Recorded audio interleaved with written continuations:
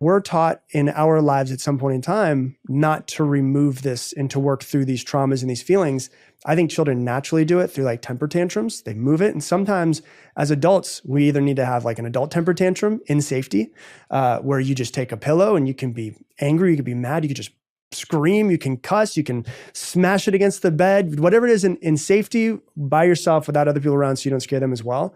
And then sometimes it's also just like sitting there in silence and realizing that what is coming is going. When you sit there and you put pressure on yourself or you give yourself space, what's coming out is actually what's inside, and your body's natural intelligence is trying to let go of it. Don't know yourself, because knowing is based in the past and past is based off of memories. Start learning yourself, which is in the present moment. So be present and be like, what comes up? How can I be curious about this anxious feeling or these tears or whatever it is? And just be in the space to just know yourself or get to know yourself a little bit better.